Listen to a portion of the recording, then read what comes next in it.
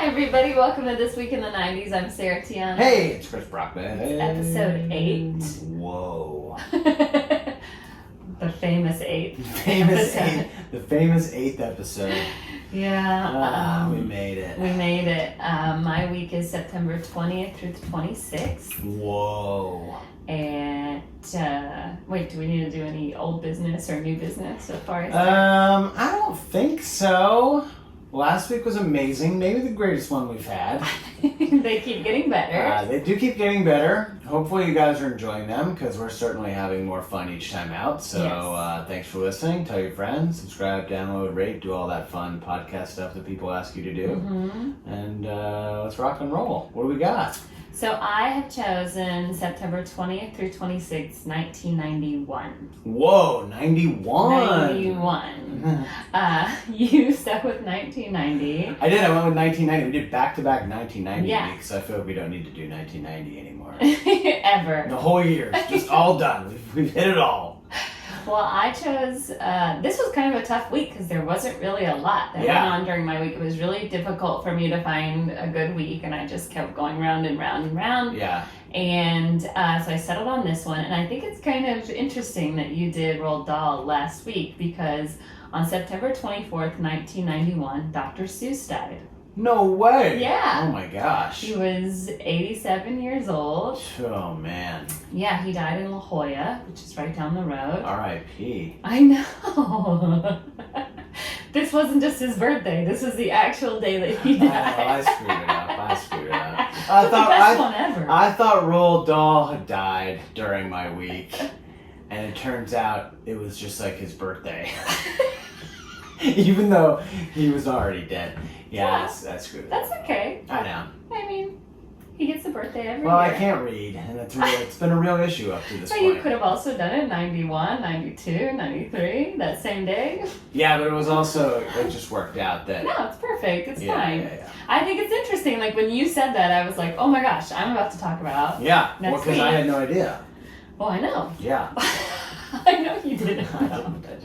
No, I don't. Dr. Seuss, what, how old was he? He was 87 years Oh my old. goodness. He was born March 2nd, 1904 in Springfield, Massachusetts. No way. So March 2nd in Springfield, Massachusetts is the home of the Basketball Hall of Fame. Oh. And March 2nd is the date that Wilt Chamberlain scored 100 points.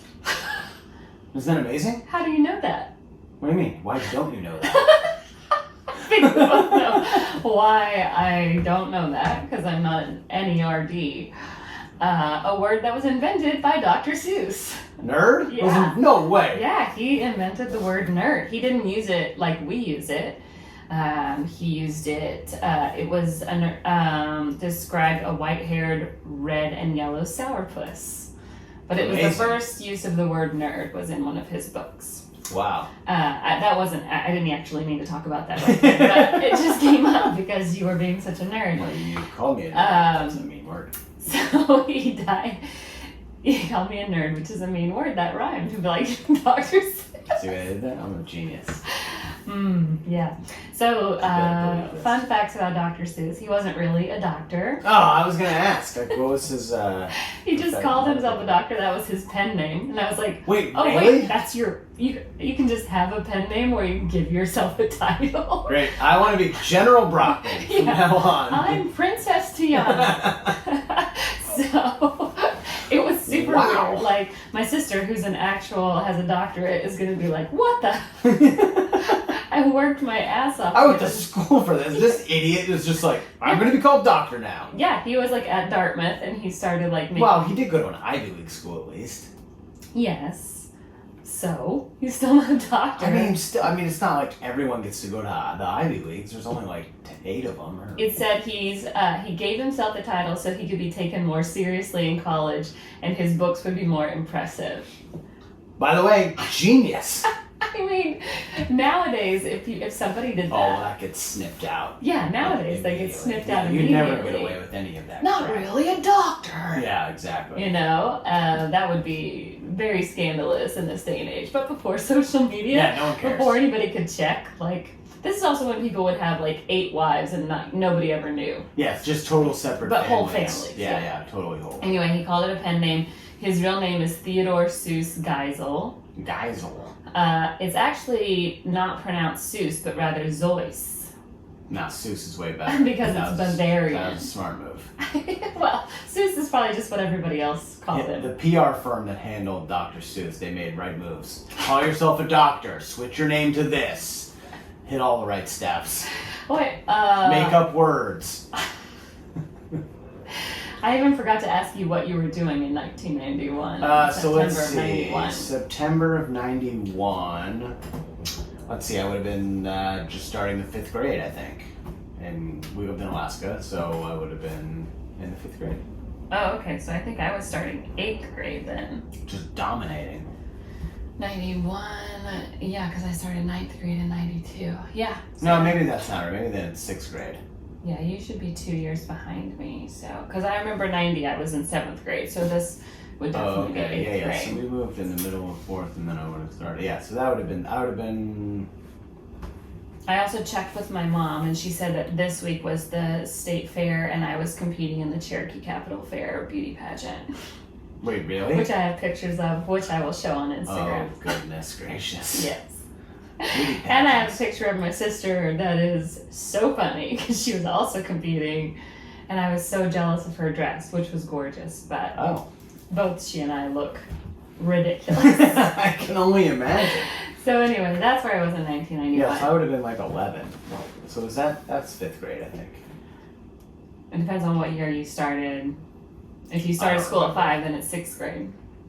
I don't remember. It doesn't matter. Nobody cares about you. So, wow. He had a few other pen names. He was Dr. Seuss, Theo Leisig, Rosetta Stone. Rosetta Stone? Wait, yeah, that really? was like a pen name. Wait, so the Rosetta Stone now that teaches you different languages, obviously that's after him? No, I don't think that's after him. I think that's an actual name of something. Oh. I don't know what for real Rosetta Stone, it's probably something biblical. Oh, something that's actually important to other people? Like, I don't give a shit about Rosetta. Yeah, this week was also the week the Dead Sea Scrolls went on display at the Huntington Library here in Los Angeles, but I didn't have enough time to get into it. Yeah, I don't know what those are either. Biblical texts, Got it. That's all right. Very important. There is no Jesus. Great. Let's get into that. Anyway, Theophrastus Seuss was another name. So he went to Dartmouth. He started out drawing cartoons. Most of them were political. Interesting. Because he also fought in the war and so he started out doing that. He never had any children of his own. Oh, so sad. Yeah, his first wife couldn't bear children, and his second already had 2 from a previous marriage. But he would tell people that he had an imaginary child named Chrysanthemum Pearl. And he would just brag about her, like whenever people were talking about their kids, he'd be like, "Oh, well, Chrysanthemum Pearl started skydiving, and she's only 4." Like he would just do it to like mock people. Wow, yeah, he's a real weirdo, huh? Yeah, but like kind of funny, funny, like a funny weirdo. like funny weird guy. So did he do all of the drawings for his books? Yes. Oh, cool. So that's how he started. He was drawing, and then someone encouraged him to continue to Well, it makes write. sense why all the books are super goofy and weird if this guy's got imaginary daughters. Yeah, well, You know just what I the mean? one, just the one. Yeah, He had stepchildren. Two is a lot. He had stepchildren, Right. who he inherited and stuff. So, like I said, he was the first person to use the word nerd. He wrote Green Eggs and Ham on a dare. On a dare? Yeah. So his publisher told him to try to write a book using only 50 words. And so he was like, all right. And then that's what he did. So he wrote Green Eggs and Ham, and he made it about a picky eater. I love it. I'm a picky eater, so I love that book. Wait, are there really only 50 different words in that book? Yeah. Now I'm going to have to go count. Yeah. Sam, I am. Sam, right, I'm Sam. This is Sam. Sam, I am. Right. Yeah. I do not like Green Eggs and Ham. I do not like them, Sam, I am. Yeah, unbelievable. Yeah, so it's I will not eat them in a house with a mouse on a fox in a box. That's amazing. Good job. Is there any place else you want to eat them? I mean, here or there, I will not eat them anyway. In your face. You're also a picky eater, so yeah. See what? I did not know. But I should never have doubted your memory. In 1954, his publisher told him about an article in Life magazine on childhood illiteracy. So apparently in the 50s, children weren't reading and they were becoming illiterate because the books were so boring and they were full of all these words that like they couldn't understand and like things that they couldn't relate to. Totally get that. So the director of education had compiled this list of 348 words that first graders should know. Okay. And so Dr. Seuss's publisher told him to cut the list down to 250 and write a book. And that's when he wrote The Cat in the Hat. Wow. So The Cat in the Hat was written to help children want to learn to read again, and it became this huge success. Wow. Cat. Yeah. Hat. In French, chat chapeau. In Spanish, el gato en a sombrero. What is that? Is that from The Cat in the Hat? Yeah. Oh, I don't remember that. Oh, jeez. So yeah, it became like this huge top-selling book. Like I think it sold like 450,000 copies just last year. Like so, it continues to sell more than any other children's book, and all of his books continue to sell, and like they've always like broken records. That's amazing. Like, well, of course, they've also gotten more popular. Yeah. Like you know, the longer. Well, they've done he's been out movies there, and too. stuff, but like when you think of like who's the most famous children's author, he's the first person you think of. Of course, yeah. So he also always had like really clever response. I think he was like kind of witty, like old dude for or sure. whatever. When asked about where he got his ideas from, he said, "I get all my ideas in Switzerland near the Forca Pass. There's a little town called Gletsch, and 2,000 feet above Gletsch, there's a smaller hamlet called Ubergletsch. I go there on the 4th of August every summer to get my cuckoo clock fixed. When the cuckoo is in the hospital, I wander around and talk to the people in the streets. They are very strange people, and I get my ideas from them." Yeah, I mean, this guy is like, he's obviously he was way too smart for everyone else that he was around all the time, and so he had to entertain himself. Yeah. And I just get the feeling like, oh, cool, I'm going to make up words, I'm going to make up things, like thing 2 and thing 1, thing 1 and thing 2. He talks like, in you know what I mean? circles, Yeah, but it's also like super simplistic like and interesting funny, and rhymes. Kids love rhymes. Kids love it, and it's like easy to digest, but it's also, there's like super deep meaning behind all of it. It's like, I think like then the movies became like he allowed them to be turned into other things like after he passed away, but they still go towards the foundation and like towards helping childhood illiteracy. So, it's amazing. So I mean, just look at the Grinch. I mean, come on, it's amazing. Yeah. It's the greatest thing ever. yeah. So Wow. Oh yeah, Horton Hears a Who, all of that. Yeah, all of all that of those stuff. became super famous, even more famous after the Lorax, after he Yeah, the passed away. Lorax. Yeah. He died of Here, cancer. there, funny things are everywhere. He died of cancer on September 24th, 1991 at his home in La Jolla, and his ashes were spread in the Pacific Ocean. Oh, that's amazing. Yeah, so he lived a wonderful life and gave a lot to everyone, so weird that you did Roald Dahl and then like Dr. Seuss died I mean, the next just week. 2 icons of children's books that everybody reads. Everyone probably has in their house. Probably has a half a dozen to a dozen of each of them just lying around. Yeah.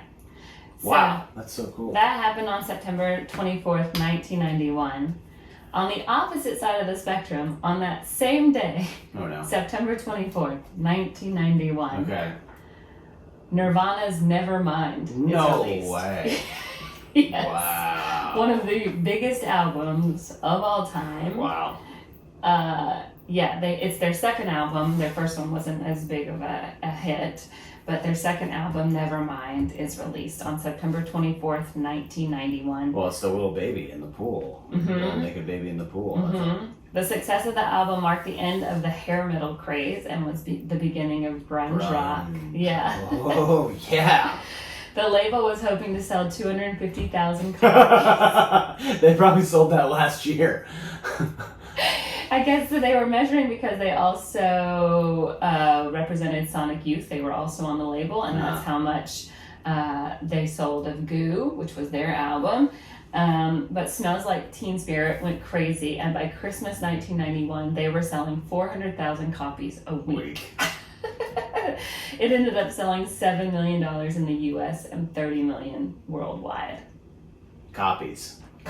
Wow. Of the album. Yeah. Oh, baby. It knocked my... Yeah, I mean, it's a huge... Obviously, it's one of the best... Do you remember, did you own that album? I definitely owned that album. I think it was one of the first CDs that I bought, actually. Definitely didn't have CDs back then. We were still on the tapes, but I wasn't probably listening to that stuff, really. I was in 8th grade, and then by the time I got to high school, it was still very cool, and like they were very much in the zeitgeist, so being in ninth grade and Nirvana, and it's Right. like you're like meeting high school kids for the first Sure. time. You know what I mean? It's like your whole life is taking over. Like people are starting to wear like baggy pants and Doc Martens. We always wore flannel shirts in our family anyway, just because like my You dad lived in was- Alaska. We lived in Alaska, and my dad is an outdoorsman, and we went hunting and fishing and all that stuff. So like, we were already kind of grunge before it became like super mainstream or whatever. But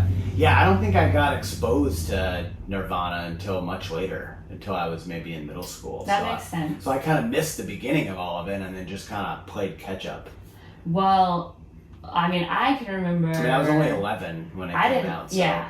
So I would have been 13, and then I definitely remember like taking my dad's flannel shirts and wearing them, and then he had a pair of like tying around raggedy your pants waist that and had stuff. holes all in them, and I was like, these Yeah. are mine now. And I would wear them all the time. Your dad just being like, I'm sure he was keeping them to cut them into shorts. I don't know what And I pants was like, no, these are mine. And you It was tie like it around the your- first you tie it around time, your I can waist and remember like 8th grade being like the first time I went into my parents' closet, and I was like, I'm wearing this stuff now. Like, Wow. I'm old, I'm big. I'm I'm- sick of my I'm mom big. making me culottes. I'm definitely gonna buy, I'm gonna banging start wearing their raggedy stuff. Yeah. And we Oof, had, wow. yeah, we had a friend and a neighbor, this guy Ben, and he had this super hot young wife, and like so I would wear her clothes too. Oh, wow. That's awesome. Yeah, whenever she would let me. And Man, that is a monster album. I mean, Huge. one of the best rock albums ever. yeah, it you knocked know? Michael Jackson's Bad off the Billboard Top 200 chart and spent 252 weeks on the Billboard Top 200. Wow. I mean, how many weeks probably straight at number That's one? 4 Probably years. just like 252 months. weeks is Yeah, just being on 5 the years. list. So how many number one hits were on there? There's tons, right? I don't know. I think at least 7. Probably they were all. I mean, it Smells Like Teen Spirit. I remember that music video on MTV. And it's just like, they're in the high school gym doing the thing. It's like, Oh yeah. wow. It was. I didn't look up how many number one hits. I just can't remember what else was on that album. I have that In terms coming of songs. up. Oh, Yeah, okay. I have some of the other songs coming up, but I was just going to tell you some more stuff about the band. Yeah. Dave I Grohl's think still Lithium was going, a song man. on there. Rape Me was a song that was on there. Yeah. So pretty quickly after the success of Nevermind, Kurt Cobain asked to reorganize the contract with the band, Yeah. stating that he thought he deserved more money since he wrote the songs. Makes sense. The band actually agreed, but Cobain said he wanted it to be retroactive and include Nevermind. So, Ha! which created a lot of tension. He ended up getting 75% of the royalties for Nevermind. Ooh, And baby. moving forward, the band the band nearly broke up. Yeah. But they kind of had tension for the remainder of the time that they were together, Interesting. all because he just like immediately was like, I want to It doesn't feel very punk rock to be like, I care about money now. You know what I Right. mean? Yeah, Like it yeah. felt it's not something that I would ever have even associated with Kurt Cobain. To me, the success is what killed him. Like he hated being punk rock. Like the idea of hated him being having to put out famous. a Christmas album in 10 years was probably Yeah. made him want to kill Well, himself. his Plus, he famous- was a heroin His addict. famous quote is, "I hope I die before I become Pete Townsend." Yeah. Like he didn't want to be like the Stones. He didn't want to be in his 50s and 60s still doing concerts. That's why it's so shocking to me that he cared so much about the money. Yeah. Like Interesting. when I read that, I was like, what? My whole life I thought Kurt Cobain was like, who gives a shit about Yeah, he money? famously drove a Volvo. Yeah. Like, Like, because it was like, it was the safest car. Remember when Volvo was like, safe? They Yeah. were Volvos, the it's safest car on the very road. Seattle, Yeah. Like, it was very weird. So, like, he dropped out of high school and then became a janitor at that high school. That's amazing. And I guess there's a dancing janitor in Smells Like Teen Spirit, which is a nod to that inside joke. Dave Grohl was actually the 5th drummer in the band. Wow. The first drummer was a guy named Aaron Bruckhard. So make sure you write that name down in case you go to any trivia There you nights. go, the first drummer of Nirvana. He and Kurt got in a lot of fights. I guess he got Kurt's car impounded after he got in a fight with a police officer. and then returned to the band, and then they went through a couple more drummers, and then one day he like didn't show up to practice, and then because he was too hungover, and they finally fired him again. They had a guy named Dave Crover after that who was on tour with them in '90, and then Dave Grohl's band Scream broke up, and he got introduced to Cobain, and then so that's how Dave Grohl became part of the band. But the bass player Chris Novoselic, he and Kurt were together start to finish. Yeah.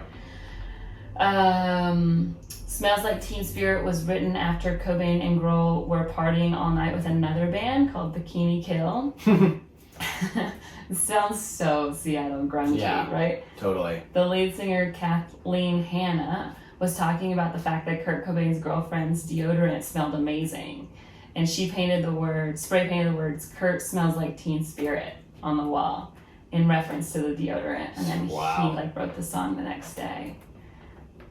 Can you imagine? Amazing. Like, one of the most iconic phrases to me in like grunge and like metal rock or whatever, grunge rock. It's the song that you think of when I even think to you. that the name of the album is "Smells Like Teen Spirit" some of the times, because I forget that it's called Nevermind. I always think it's called like "Smells Like Teen Spirit." Like, that was my teenage years. "Smells Like Teen Spirit." Yeah, it's also so weird that that's a song title. Did they have to pay Spirit? Like, usage of the phrase or the word, like Spirit. Oh, like because it was the name of the. Because that's a brand name of a deodorant. Oh yeah, I guess I didn't really even associate Teen that. Spirit was like obviously marketed for teens, and that was a thing, and they had commercials for that. So their song title is that. And so did they have to pay Spirit? And I think they lowercased it, so they didn't. It wasn't like a specific brand reference, you know what I mean? Like, I never even associated it with a brand. I guess you could say Teen Spirit as like an aura. This teen has a lot of spirit. Mm-hmm. We've got spirit. How about you? Well, that's what I always thought it meant. So finding out that it was about a deodorant, or like it came from the idea of a deodorant. Oh, I always associated it with deodorant. Oh, wow, that's interesting. Yeah. No, I never did. I always associated it with like your inner spirit. Oh, like, interesting. Because I was like an angsty teen at the time. Sure. I was just turning 13 when this came out. Man. So his girlfriend at the time, Kurt Cobain's girlfriend, was Toby Vale, and a lot of the songs on Nevermind, like "Drain You" and "Lounge Act," are about her. She broke up with him before the album was recorded. She was the drummer in Bikini Kill. So man, she must feel stupid. Or she's like, glad I got out of that crazy heroin addict's life, Or maybe he'd still be alive. That's another thing. Okay, the band got thrown out of the record release party for Nevermind. They did? They got thrown out of their own record release party? For what, just being shit-faced? Cobain started a food fight. Like Animal House?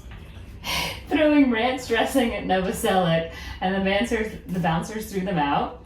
And then they started they were like in the alley behind the club and were like talking to like their friends through the window. And then they were like, we're just gonna move the party somewhere else. So they went to a friend's place and Cobain shot a fire extinguisher and they had to evacuate the building. I mean, they really didn't give a F about anything. Then they went to another venue and Cobain took a gold record from the band Nelson and put it in the microwave, causing an explosion. Jesus Christ.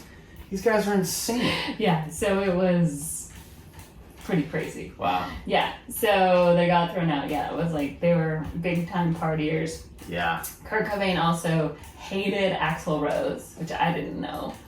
Did you know that? Nope, but thinking about it, it probably makes sense. I guess he thought Axl Rose was like a homophobe and a racist, which probably true. Very true. But like, that's really cool to think that like that's why he hated him back in 1991. Yeah. You know what I mean? Like having the awareness to be like, this guy's fucking homophobe and racist in 91. Yeah, I don't want to be associated with this dude. Yeah. Right. So at the 1992 MTV Awards, he spit on the piano keys that he thought were because he thought Axl Rose was going to be playing November Rain on the piano, but it turned out to be Elton John's. He's like,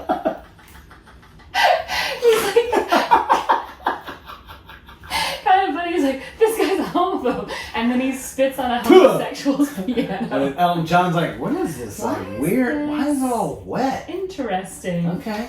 Yeah, so That is incredible. yeah, kind of crazy. Pretty funny story. Yeah, but then also at those 92 VMAs, MTV asked Nirvana to play "Smells Like Teen Spirit," but they refused because they were like, "It's like it's been a too year." commercial, man. Yeah, it's been over a year, and they said they wanted to play their new song, "Rape Me," and MTV was like, "No way," because apparently the song was actually about MTV.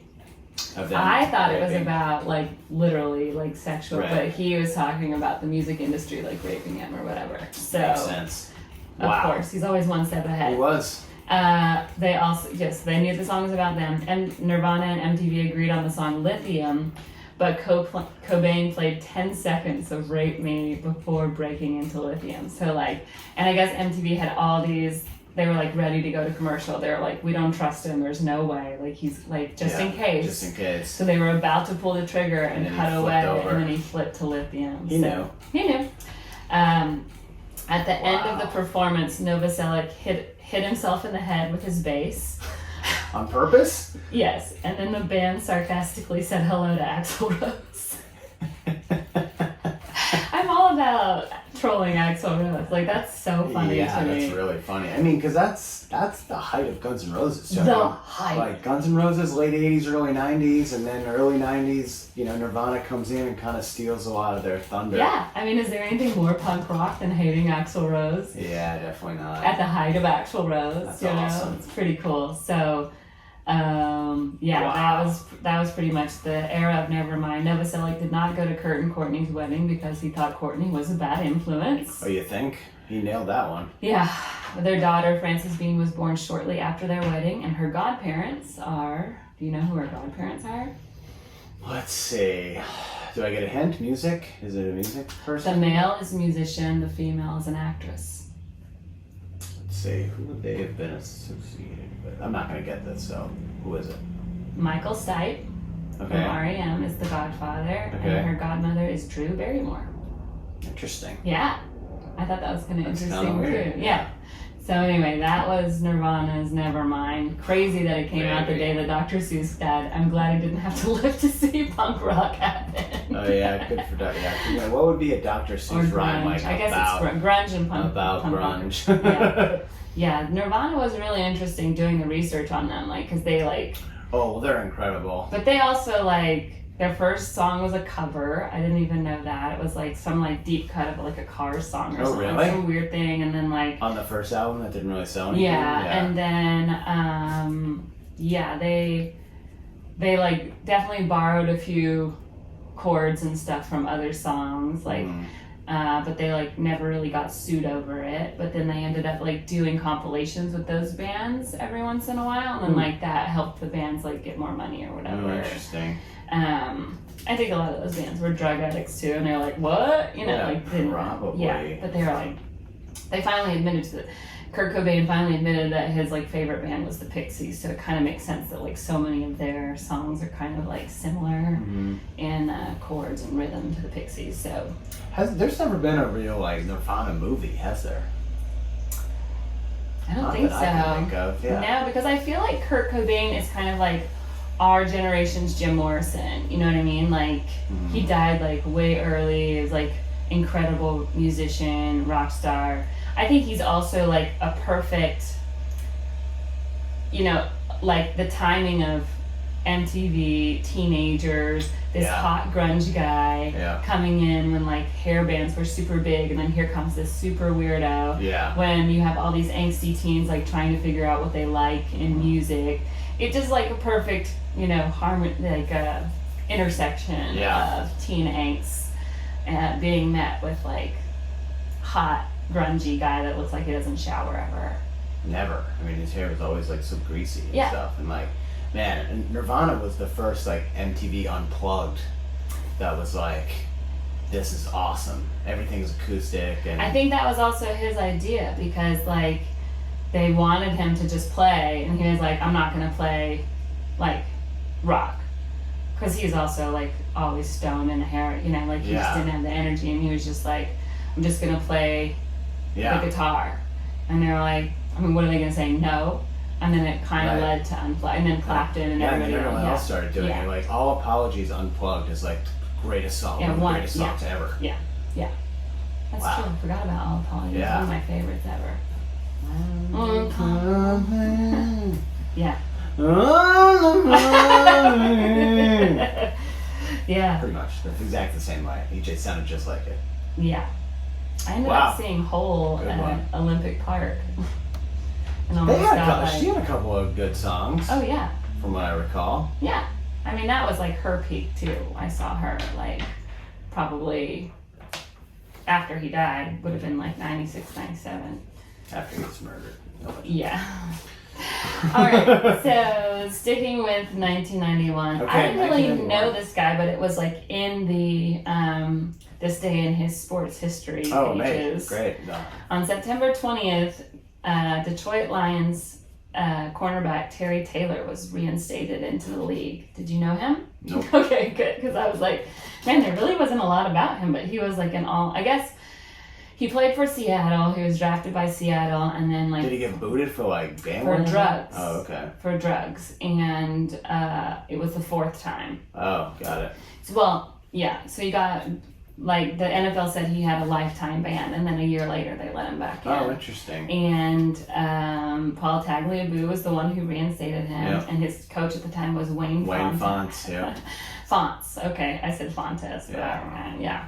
I'm only bringing this up because he was so embarrassed about getting caught for taking drugs, at the time, which weren't hard drugs. I'm sure it was like pot. Right. I don't know that for a fact, but all the reading that I'm reading seems to indicate that it was pot. And he was like too embarrassed to go out in public, and he just like lived in his apartment for Really? months and months and months. Like, can you imagine if social media had been around then? Gosh. Well, I was just saying, he played for the Lions. No one would have known who he was anyway. Actually, the Lions were good back then with Barry Sanders and like Scott Mitchell and those guys and Herman Moore. Apparently his teammate, Larry Irvin, is the one that finally dragged him out. And then he played, once he got reinstated, he played in the NFL for 4 more years with the Browns, the Seahawks, and then ending his career with the Falcons. Hey! Okay. On September 21st, USA Basketball announces the 1992 Dream Team. Oh, sweet! Yes. That's Did awesome. you talk about this? I did not. No, mine was the Dream Team won the 96. gold medal in '92. So like one of my early episodes was the Dream Team. Okay, that's what I thought. I was like, I winning feel like we talked about this Dream Team. Yeah, we talked already. about the Dream Team just a little bit. We talked about them winning the gold, and then the medal ceremony where the guys covered up the Reebok with the flags, and because Jordan and Pippen and Barkley and those guys were all Nike athletes. Yeah, we just talked about that. We didn't talk about like the naming of the team or anything. Yeah, so they were all named, famously leaving Isaiah Thomas off. Who definitely deserved it. I didn't realize that they put an amateur spot on the team, and that was Christian Laettner over Shaq. Yeah, well, Christian Laettner is, generally regarded as one of the best college players ever. Certainly the most decorated. A couple national championships. He was, All-American. He started for 4 years. He definitely deserved it. Not saying that Shaq didn't deserve it, obviously. Shaq was a dominating college player at LSU. I think he was Player of the Year. So they just chose to have one spot, and they picked Christian Laettner. You know what I mean? So yeah. Well, I think it's kind of cool that like when they were preparing and practicing, they scrimmaged the NCAA team. Yeah, they beat him. And then but like famously, the coach, what was it, Chuck Daly, like didn't really play Jordan that much. So they played Bobby Hurley, Grant Hill, Penny Hardaway, Allen Houston, Chris Webber, Eric Montrose. They lost in the scrimmage game, and apparently Mike Krzyzewski said that the coach, that Daly kind of threw the game just to teach the guys that they could lose. Interesting. So he thinks it was kind of a setup just to keep their heads in the game and go like, you guys could lose. Yeah, so it was the first time the Dream Team, that USA Basketball had professionals in the Olympics, and before it was always the college kids. Jordan was on the '84 team that won the gold medal, and it's that there's a lot of rumors and about these scrimmages and stuff from back in the day, and how when they would play against each other, it's like the greatest game that no one ever saw. Seen, the white team and the red team. Yeah, it's amazing. One of those things as a sports fan, you'd give anything to have just give me 5 minutes. Just give me like a 2-minute clip of these practices, like Jordan and Magic, like going at each other. Or, Yeah. Or Barkley or Karl Malone and Patrick Ewing. And man, it was so awesome, And like you said, Chuck Daly did it to prove that they could lose. Because, going into the Olympics, like, okay, we're just going to dominate. We're going to beat everybody by 50. And, generally they did kind of beat the bag out of everybody. And it was cool. In the gold medal game, they won by a lot. And, like, cool. It's awesome. During the Olympics, the opposing teams lost by an average of 43.8 points. I think they beat Angola by, like, 70, Well, apparently they...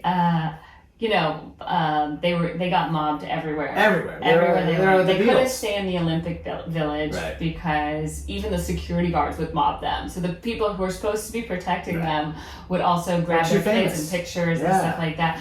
When they were playing other teams, like the guys on Angola would be like waving at their players on the bench, like, make sure you're taking my picture. Like, get a picture. I'm standing next to Michael Jordan. During the game. Yeah. So. They were the most famous people in the world. Of course. Michael Jordan became the world's most famous athlete during these Olympics. Yeah. So, that's incredible. They also said, like, they couldn't stay in the Olympic Village because the beds were too small. Like, they were all, like, almost 7 feet tall. They were hanging off of these beds. That's so funny. They trained in Monaco for 6 days, practicing 2 hours a day. And then gambling the rest. Yes. Golf. And it said the squad spent time enjoying the nude beaches, Monte Carlo's casinos, and dining with royalty. There was no curfew, and Daly stated, "I'm not putting a curfew on them because then I'd have to adhere to it." Yeah. Chuck Daly was like, what's the point of being the coach if I can't enjoy it either? He said, Jimmy's, which is like this famous nightclub in Monaco, doesn't open until midnight. Doesn't open until midnight. He's like, I can't instill a curfew.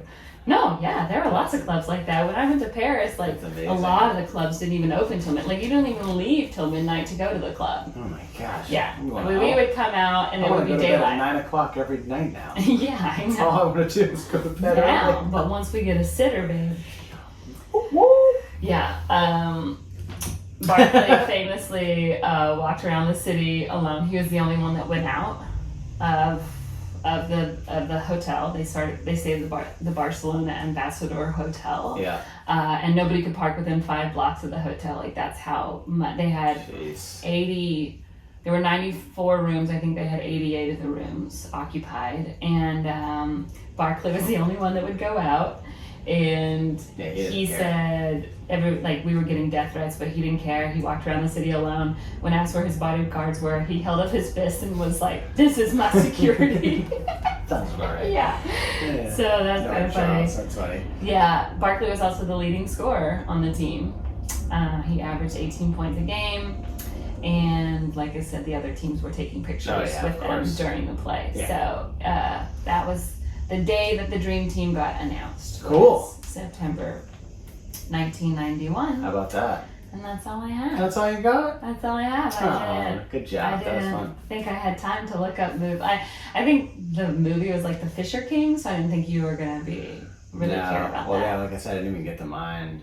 Mine wasn't that good last week either. Yeah. The only other option that our friend on Twitter always wants to know what we didn't talk about, but my only real other option was the Gulf War starting. And exciting! Yeah. I was like, man, I could have... Give me some Norman Schwarzkopf! I could have done that for the last 3 weeks and the Berlin Wall coming, it was just like... The thing is, I don't really remember any of that stuff. It also, it's mostly Kuwait and Iraq fighting, and then the U.S. being you can't... Right. Kuwait, you have to stop tapping into it. You're only allowed to charge this much for it. Stop tapping into the reserves. You're shared that with Iraq, So, we were trying to be the mediator, but it didn't happen. So, anyway, that was really the only other thing to talk about. Cool. So, that is September 20th through 26th, 1991. 1991. Good job. Thank you. Good job. Okay, everybody. That's this week's episode. Hit us up on all the socials at Week in the 90s Pod. Instagram, Twitter, YouTube, all that fun stuff. Anything else you think we're missing or you want us to talk about? Just shoot us a line, direct message, email, all that good stuff. Yeah. And 8 episodes. We did it. We did it. We did it. I can't wait. 2 more weeks, we'll be into double digits. Oh my gosh. and then it's over. Nobody can stop us now. Nobody. Can stop us now. Nirvana, that's amazing. Yeah, it's pretty fun. Wow, I'm gonna go listen to some Nirvana right now. Go right ahead. All right, thanks for listening. We'll see you guys later.